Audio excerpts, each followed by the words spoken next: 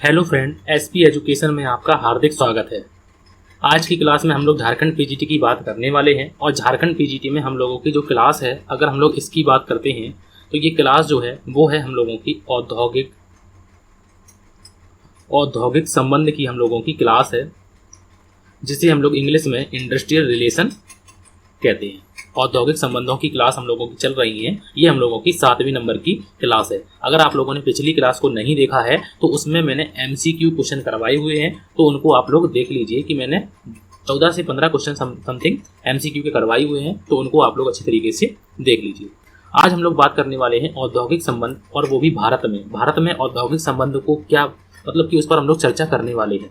तो सबसे पहली बात है कि भारत में औद्योगिक संबंध की बात करते हैं तो इसमें थोड़ी सी हम लोग कॉन्सेप्ट की बात करते हैं, थोड़ी सी भूमिका की बात करते हैं, अवधारणाओं की बात करते हैं या फिर अर्थ की बात करते हैं। तो एक ही सारे के सारे वर्डों को हम लोगों ने एक ही वर्ड में समझा है और उनको एक ही वर्ड में समझेंगे। औद्योगिक मामलों की समस्या का जो विकराल रूप आज हम देख रहे हैं, मतलब कि वर्तमान में आज के समय में और पिछले समय में जो आज रूप हम देख रहे हैं वह है प्राचीन काल में नहीं था। मतलब कि ऐसा जो रूप है, ऐसी जो समस्याएं हैं वो प्राचीन काल में नहीं थी, क्योंकि उत्पादन प्रणाली बहुत अधिक सरल थी या मान लो कि बहुत सीमित थी। क्योंकि प्राचीन काल में लोग जब थे तो उनको क्या करना था कि स्थानीय लोगों को सिर्फ सामान देना था या फिर बेचना था, तो इसलिए जो उत्पादन होता था वो सरल होता था। लेकिन वर्तमान समय की बात करते हैं तो अंतर्राष्ट्रीय व्यापार की बात करते हैं, ऑनलाइन व्यापार की बात करते हैं, जिसने व्यापार के क्षेत्र को बढ़ा दिया है। तो हम लोग कह सकते हैं कि औद्योगिक मामलों की समस्या का जो हम विकराल रूप आज देख रहे हैं वो प्राचीन काल में नहीं था, क्योंकि जो उत्पादन प्रणाली थी वो बहुत सरल थी। नेक्स्ट में लिखा हुआ है, मतलब नेक्स्ट बात जो लिखी हुई है वो लिखा हुआ है कि वस्तुओं का उत्पादन छोटे पैमाने पर होता था। मतलब कि जब वस्तुओं का उत्पादन छोटे पैमाने पर होता था और वस्तुएं स्थानीय उपयोग के लिए बनाई जाती थी।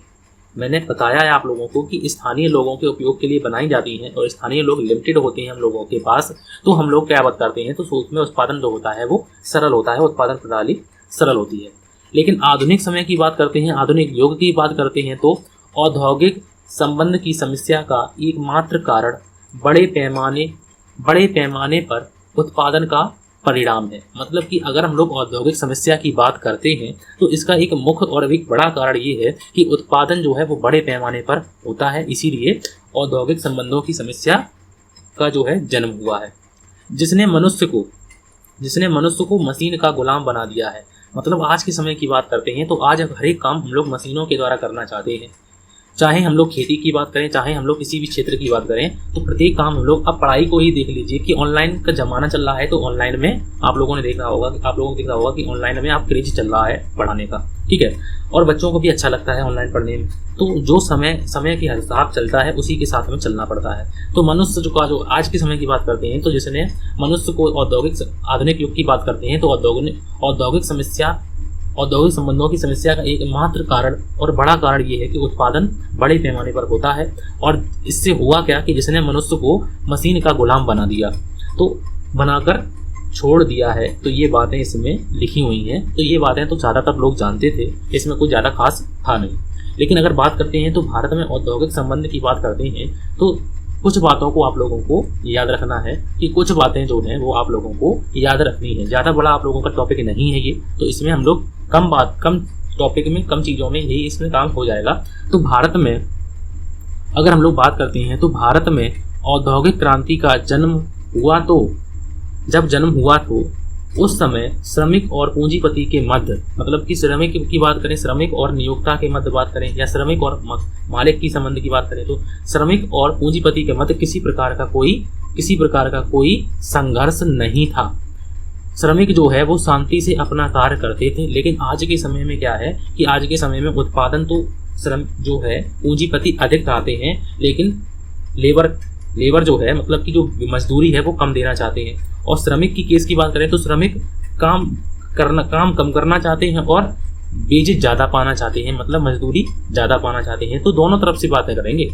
तो इसमें जो है अगर हम लोग बात करते हैं तो अगर हम लोग बात करते हैं तो इस संबंध की बात करते हैं तो 19वीं शताब्दी तक की बात करें तो 19वीं शताब्दी में साधारणतः किसी प्रकार की कोई हड़ताल नहीं हुई थी। तो 1900 शताब्दी में इसका ये कारण था कि श्रमिक और पूंजीपति के मध्य कोई संघर्ष ही नहीं था, तो उसमें हड़ताल की बात ही नहीं आएगी।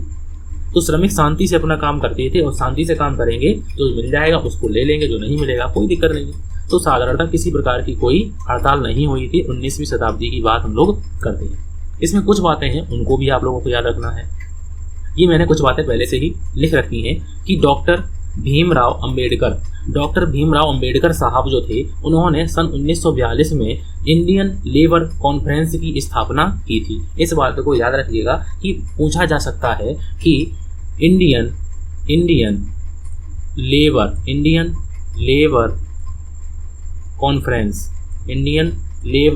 कॉन्फ्रेंस की स्थापना कब हुई या फिर कब की गई। अब कब की गई तो आप लोगों को ऑप्शन दिए जा सकते हैं, और एक क्वेश्चन आप लोगों को मैं ऐसा करवा चुका हूं पहले ही, तो इसका राइट आंसर क्या हो जाएगा, वहां पर था 1942। तो ये बात आप लोगों को क्लियर हो गई होगी। अब बम्बई समिति की बात करते हैं तो बम्बई समिति की स्थापना कब हुई थी, तो 1920 में हुई थी। उसके बाद इंडियन ट्रेड यूनियन की स्थापना कब हुई थी, तो वो हुई थी 1926 ईस्वी में हुई थी। उसके बाद अगर बात करते हैं तो ट्रेड डिस्प्यूट एक्ट, ये है ट्रेड डिस्प्यूट एक्ट की बात करते हैं तो 1929 में हुई थी। रॉयल कमीशन की बात करते हैं तो वो कब हुई थी, 1931 में हुई थी। तो इन बातों को याद रखिएगा, क्योंकि बम्बई समिति की बात करते हैं या फिर हम लोग ट्रेड डिस्प्यूट एक्ट की बात करते हैं तो यहाँ से हो सकता है क्वेश्चन पूछे जा सकते हैं। उसके बाद नेक्स्ट बात हम लोग करेंगे, और ये टॉपिक यहाँ से बहुत महत्वपूर्ण हो जाता है कि औद्योगिक संबंध एवं पंचवर्षीय योजनाएं। अगर पंचवर्षीय योजनाओं की बात करते हैं तो इसको 8 भागों में बांटा है, उनके 6 भागों हम लोग देखेंगे और अच्छी तरीके से बात करने वाले हैं।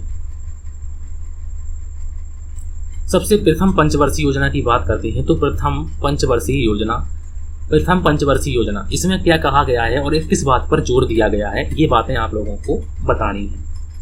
अगर हम लोग बात करते हैं तो प्रथम पंचवर्षीय योजना में योजना आयोग के द्वारा प्लानिंग कमीशन के द्वारा ध्यान दिलाया उन्होंने, किसने दिलाया, योजना आयोग ने, कि औद्योगिक शांति की स्थापना के उद्देश्य की प्राप्ति के लिए औद्योगिक विवादों के निपटारे में न्यायिक व्यवस्था अधिक सहायक नहीं हुई है। उन्होंने एक बात ध्यान दिलाई, किसने दिलाई, योजना आयोग ने, कि जो आप लोगों ने औद्योगिक शांति के लिए जो न्यायिक व्यवस्था की है वो अधिक सहायक नहीं है, क्योंकि वो न्याय देने में अधिक देरी की गई है। क्योंकि उसमें जो हुआ है कि वो सहायक इसलिए नहीं है क्योंकि वहाँ पर न्याय देने में अधिक देरी की गई है। इसलिए जो संबंध की बात करते हैं तो उसमें विवाद तो खड़े होंगे। जब किसी बात को देखो, मान लो मुझे न्याय चाहिए, किसी को आपको न्याय चाहिए, तो उसमें क्या होगा कि अधिक अगर देरी होगी तो संबंध कैसे होंगे, अपने आप ही समस्याएं प्रकट हो जाएंगी। तो इसमें क्या है कि इसमें एक बात कही गई थी, प्रथम पंचवर्षीय योजना में योजना आयोग ने ये कहा था और अपना ध्यान दिलाया था कि औद्योगिक शांति की स्थापना के उद्देश्य की प्राप्ति के लिए औद्योगिक विवादों के निपटारे में न्यायिक व्यवस्था अधिक सहायक नहीं है, न्याय देने में अधिक देरी की गई है। आयोग ने न्यायाधिकारों के लिए आपसी संबंधों को निर्धारित करने एवं दिशा प्रदान करने वाले मानकों में एक रूपता लाने की सिफारिश की है। मतलब आयोग ने क्या है कि इनमें जो आपसी संबंध को निर्धारित करने वाले दिशा एवं प्रदान करने वाले मानक हैं उनमें एक रूपता लाई जाए। ये नहीं है कि कुछ अलग नियम है कुछ अलग है, तो इनमें एक रूपता लाई जाए जिससे इनको विवादों को निपटाया जा सके।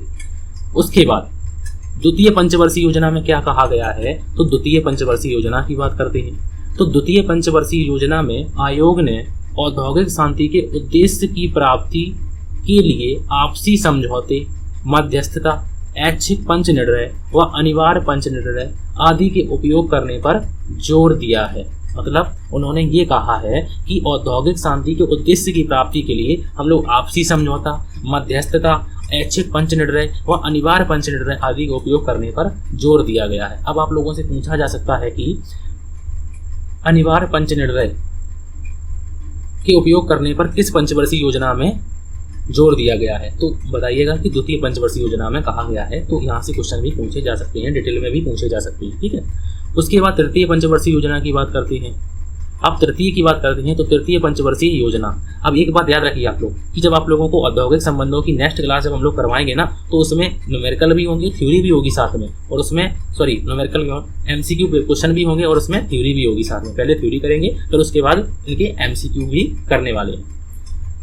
तृतीय पंचवर्षीय योजना की बात करते हैं तो तृतीय पंचवर्षीय योजना में औद्योगिक विवादों की प्रारंभिक अवस्था में ही उचित समय पर रोकथाम करने पर बल दिया गया है। मतलब तृतीय पंचवर्षीय योजना में जो है औद्योगिक विवादों की प्रारंभिक अवस्था मतलब शुरुआत में ही इनको उचित समय पर रोकथाम करने पर बल दिया गया है।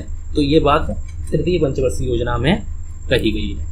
उसके बाद चौथी पंचवर्षीय योजना की बात करते हैं तो चौथी पंचवर्षीय योजना, इसमें क्या बातें कही गई हैं उनको देखते हैं हम लोग।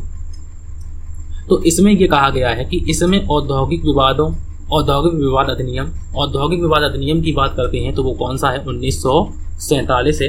औद्योगिक विवाद अधिनियम की अगर हम लोग बात करते हैं तो औद्योगिक विवाद अधिनियम जो है, औद्योगिक विवाद अधिनियम की बात अगर हम लोग करते हैं तो वो हम लोगों का तो ये 1947 है। तो इसमें हम लोग औद्योगिक विवाद अधिनियम 1947, तो इसमें क्या कहा गया कि इसमें औद्योगिक विवाद अधिनियम की ओर ध्यान दिया गया है। कौन सी योजना में, चौथी योजना में। इसमें अनुशासन संहिता, कार्य समितियों की स्थापना एवं संयुक्त प्रबंध समितियों का प्रयोग औद्योगिक प्रणाली की स्थापना करने के लिए कहा गया है। तो इसमें क्या कहा गया है कि इसमें औद्योगिक विवाद अधिनियम 1947 की ओर ध्यान दिया गया है। इसमें अनुशासन संहिता, कार्य समितियों की स्थापना एवं संयुक्त प्रबंध समितियों का प्रयोग औद्योगिक प्रणाली की स्थापना करने के लिए कहा गया है। उसके बाद लिखा हुआ है नेक्स्ट में कि पांचवी पंचवर्षीय योजना की अगर हम लोग बात करते हैं तो पांचवी पंचवर्षीय योजना की बात करते हैं तो यहाँ पे गलत लिखा हुआ है पंचवर्षीय योजना। तो इस योजना में रोजगार एवं श्रमिक शक्ति पर अधिक बल दिया गया है। तो कौन सी योजना में, वो पांचवी योजना में ये बातें कही गई हैं। उसके बाद छठवीं योजना की अगर हम लोग बात करते हैं तो छठवीं पंचवर्षीय योजना में इसमें इस बात पर बल दिया गया है कि किसी देश के आर्थिक विकास के लिए औद्योगिक शांति अति आवश्यक है। तो इसमें कौन सी ये कब बात कही गई है, तो ये छठवीं पंचवर्षीय योजना में ये बातें कही गई हैं। अब हम लोग बात करते हैं कि पंच निर्णय क्या होते हैं, तो उनको हम लोग देख लेते हैं कि पंच निर्णय क्या होते हैं।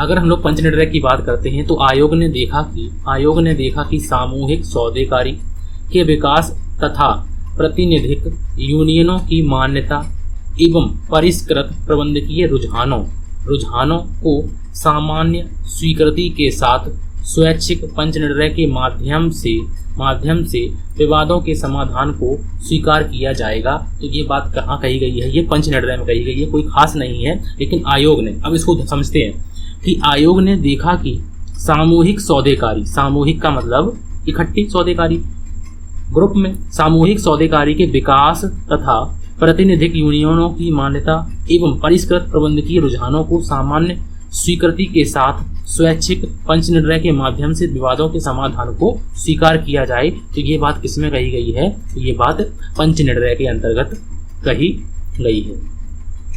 तो मैंने आप लोगों को आज की बात अगर हम लोग करते हैं तो अभी मैंने आप लोगों को क्या क्या बताया हुआ है उसके बारे में थोड़ी सी झलक देख लेते हैं कि औद्योगिक संबंध के बारे में पहले बात की हम लोगों ने। उसके बाद भारत में सबसे पहले कि 19वीं शताब्दी में कोई हड़ताल की बात नहीं हुई थी, न किसी प्रकार की कोई हड़ताल हुई थी। डॉक्टर भीमराव अम्बेडकर साहब द्वारा 1942 में इंडियन लेबर कॉन्फ्रेंस की स्थापना की गई।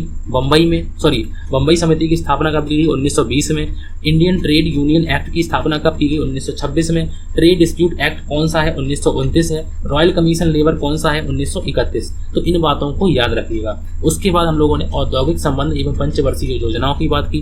तो औद्योगिक संबंध एवं पंचवर्षीय योजना में प्रथम पंचवर्षीय योजना में क्या कहा गया, उसके बाद हम लोगों ने द्वितीय पंचवर्षीय योजना की बात की। उसके बाद हम लोगों ने तृतीय पंचवर्षीय योजना की बात की। उसके बाद चतुर्थ, उसके बाद पंचम, उसके बाद छठी पंचवर्षीय योजना की बात की। इन बातों को करने के बाद हम लोगों ने पंच निर्णय को देखा। अब हम लोग बात करने वाले हैं नेक्स्ट टॉपिक जो हम लोगों का रहने वाला है। अगर हम लोग उसकी बात करते हैं तो अगर हम लोग नेक्स्ट टॉपिक की बात करते हैं तो अब हम लोगों का जो टॉपिक रहने वाला है, एक सेकेंड, तो हम लोगों का जो टॉपिक रहने वाला है वो है हम लोगों का, हम लोग लिख लेते हैं क्योंकि यहाँ पर पीपीटी नहीं बनी हुई है इसलिए थोड़ा सा टाइम लग जाएगा। औद्योगिक विवाद की हम लोग अब बात करने वाले हैं कि विवाद कितने प्रकार के होते हैं, औद्योगिक विवाद कितने प्रकार के होते हैं, उन पर हम लोग ध्यान से बातें करने वाले हैं। लेकिन एक बात याद रखिएगा, क्योंकि ये जो क्लास होगी आप लोगों की, तो ये क्लास आप लोगों की अगली क्लास में आप लोगों को करवा दूंगा, जिससे आप लोगों को यहाँ पर मुझे लिखने में टाइम ज़्यादा लग जाएगा और मैं पीपीटी के माध्यम से आप लोगों को पढ़ाने की कोशिश करूँगा, तो वहाँ पर आप लोगों को ये सारी बातें अच्छी तरीके से मिल जाएंगी। तो इनको अच्छी तरीके से आप लोग देख लीजिए कि किस प्रकार से हम लोगों ने इनको जाना और इनको अच्छी तरीके से समझा। ये क्लास आप लोगों की आज की क्लास जो है वो छोटी रही होगी औद्योगिक संबंध की, मैं मानता हूँ, लेकिन अगली क्लास जब आप लोगों को करवाएंगे ना तो आप लोगों की बड़ी क्लास रहने वाली है। तो इस क्लास में तो मैंने आप लोगों को पंचवर्षीय योजनाओं के बारे में बताया कि औद्योगिक संबंध में पंचवर्षीय योजना क्या है, औद्योगिक संबंध भारत में की बात कर दी है तो भारत में क्या है, तो उस पर हम लोगों ने अच्छी तरीके से बात की हुई है। और भी बातें जो होती हैं इससे चैप्टर से रिलेटेड उनको भी मैं आप लोगों को देख लूँगा, नहीं होंगी तो हम लोग नेक्स्ट चैप्टर पढ़ने ही वाले हैं, औद्योगिक विवाद को हम लोग पढ़ने वाले हैं, क्योंकि वहाँ से भी क्वेश्चन पूछे जाते हैं और MCQ भी साथ में आप लोगों को 30 MCQ या 20 MCQ या 25 MCQ आप लोगों को सामने दिखाएंगे, तो उनको भी आप लोगों को साथ ही में अगली क्लास में आप लोगों को करने को मिलेंगे। अगर आप लोगों को आज की क्लास अच्छी लगी तो प्लीज़ आप लोग लाइक ज़रूर करें और वीडियो को शेयर ज़रूर करें। आप लोग अपने दोस्तों को, सभी लोगों को शेयर करें जिससे कि वो ज़्यादा से ज़्यादा लोगों को तक ये बातें पहुँच सकें। तो आज की क्लास के लिए थैंक यू फॉर वॉचिंग।